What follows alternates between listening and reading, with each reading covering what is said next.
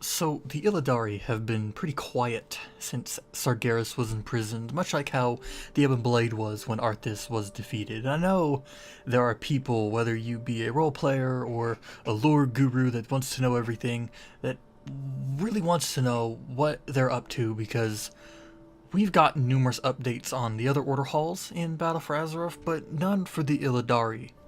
Yet. I say yet because I'm sure we're going to get one eventually, especially with the info I'm about to tell you. So, let's start. And let's start with the overall faction, as in the Illidari. I believe, and there's little evidence to support this, but I believe that the most honest thing they can do now is go on a hiatus. They can go on a hiatus and watch for Legion/Demon incursions on and off of Azeroth from the Fell Hammer, and it makes the most sense, and is much like what the Ebon Blade did with Sylvanas and the Forsaken, where they held a firm watch over her while the majority of their members participated in other major events. And this leads me into the first sect of the Illidari, the Demon Hunters.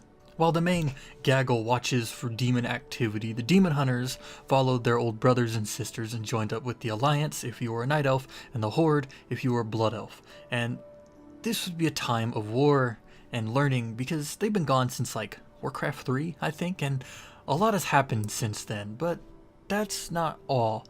They're not the only ones in the Illidari.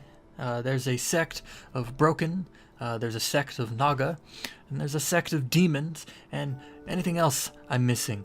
Now, these sects will most likely remain with the larger Illidari group and not really leave. The Broken have no real need to, unless they want to interact with the Draenei. The Demons will probably be sitting dormant because, I mean, I don't think anybody on Azeroth wants to deal with demons for a little bit, and maybe, just maybe, that other demons that were left leaderless after the Burning Legion's defeat, maybe they will find a home amongst the other demons in the Illidari. And then there's the Naga, and this is the one where I think we'll see some sort of update on the faction, and it would suck if we don't, because the Naga and the Illidari, you gotta know that while they obey the command of the Slayer and the other leaders and past leaders, they are only loyal to Azshara, and are only there because of Azshara and the old gods. And if you've been keeping up with stuff, you probably know where I'm going with this, but when Illidan summoned them from the depths, they only came because Azshara and N'Zoth allowed it. This means that, regardless of their current affiliation, they are there because of Azshara, and with us going to Nazjatar soon, it'd be nice to see something that hints at the Naga of the Illidari doing something to help their queen, or doing something in support of them, because if the Demon Hunters are supporting their old affiliations and racial alignments, which they are, I think the Naga would too, especially the Naga, and especially with Azshara. And the mention really doesn't have to be in this expansion. It can be some like off-putting thing later on where they're like, oh yeah, and all of our Naga are gone because they went back to Nazjatar and died, or something like that.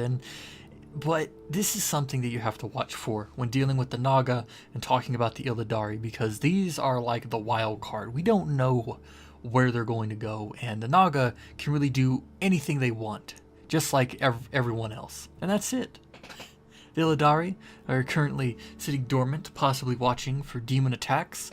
They're helping past allies, doing whatever they need to do for the time being. If there's anything else I missed in regards to their current state, please be sure to let me know, as well as all questions, comments, and concerns regarding this video, WoW, or its lore, and I'll be sure to read them in the comment section down below.